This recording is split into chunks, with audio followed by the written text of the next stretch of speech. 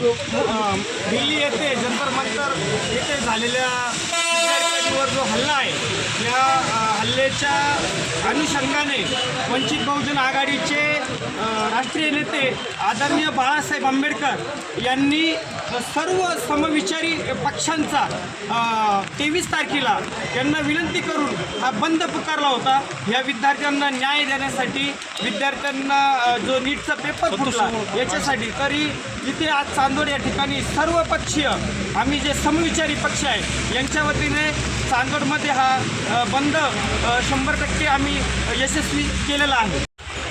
मागच्या काळात जो या भारतामध्ये नीटचा पेपर जो फुटला, त्या नेटच्या पेपर फुटीमुळे असंख्य लाखो तरुणांचं स्वप्न खऱ्या अर्थानं भंगलं आणि याचं मुख्य कारण म्हणजे शिक्षण व्यवस्थेत होणारा भ्रष्टाचार।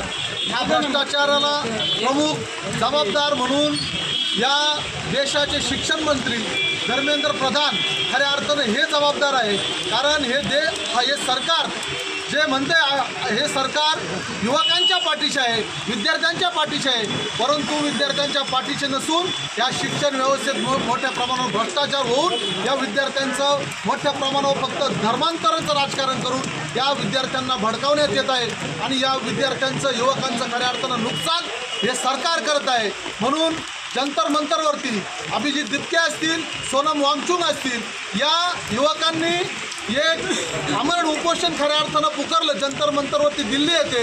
परंतु या सरकारची दडपशाही, हुकुमशाही मार्गाने खऱ्या अर्थानं चालली आहे आणि ही हुकुमशाही या विद्यार्थ्यांचं आंदोलन दडपण्यासाठी यांनी मोठ्या प्रमाणात 20 तारखेला लाठी हल्ला पोलिसांनी या विद्यार्थ्यांवरती केला, अमानुषाशी मारहाण केली।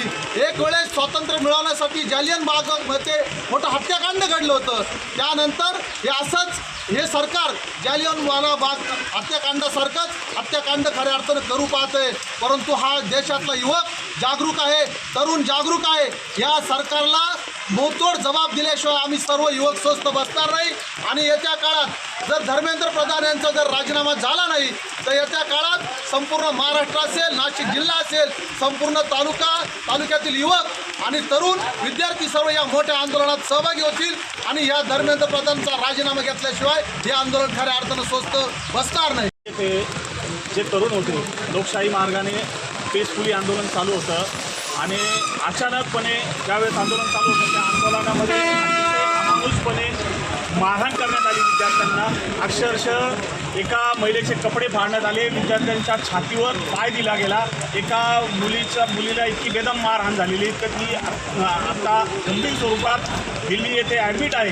हे सरकार अतिशय निर्दयी असून आता तरुणांनी आणि आपण जागृत होण्याची गरज आहे, कारण या देशाचं संविधान आता धोक्यात आलेलं आहे। कारण या सरकारला संविधान संपवायचं आहे, देशात अराजकता निर्माण करायची आहे, हिंदू मुस्लिम भेदभाव निर्माण करायचा आहे, आपापसामध्ये झगडे लावायचे आहेत। आपल्या तरुणांना आता जागे होण्याची गरज आहे आणि आज या ठिकाणी मी या घटनेचा अतिशय तीव्र शब्दात निषेध करतो आणि सर्वांना एक विनंती आहे की जे चुकीचे नेगेटिव्ह पसरवले जातात त्याच्यापासून आपण सावध होणं गरजेचं आहे। ही लढाई तरुण युवकांची आहे। आज तरुण युवक जागृत झालेला आहे आणि आपण देखील जागृत होऊन या लढ्याला पाठिंबा दिला पाहिजे। जंतर मंतरवर जो विद्यार्थ्यांना लाठीचार्ज करण्यात आला त्या अनुषंगाने हा बंद आम्ही या ठिकाणी पाहतो आहे। सगळ्यात महत्त्वाचं हा नीटचा पेपर ज्या सरकारनं फोडला त्यांनी त्या धर्मेंद्र प्रधानचा राजीनामा घ्यायला पाहिजे होता। का इतकं निवडवलेलं हे सरकार आहे, त्यांनी त्यांचा राजीनामा घेतला असता तर असा पुढला प्रकार घडला नसता। मग यांना काही या देशाचा नेपाळ करायचं आहे का हे या माध्यमातून मी सांगू इच्छितो। आणि सगळ्यात महत्त्वाचं स्पर्धा परीक्षेच्या बाबतीत असं सांगू शकतो, यांनी रेल्वे बोर्डाच्या माध्यमातून ज्या परीक्षा घेतल्या जातात साधारणतः 1,20,00,000 विद्यार्थी त्या ठिकाणी बसलेले असतात। स्टाफ सिलेक्शनचा सुद्धा पेपर यांनी फोडला, साधारणतः 28 लाख विद्यार्थी त्या ठिकाणी प्रभावित झाले।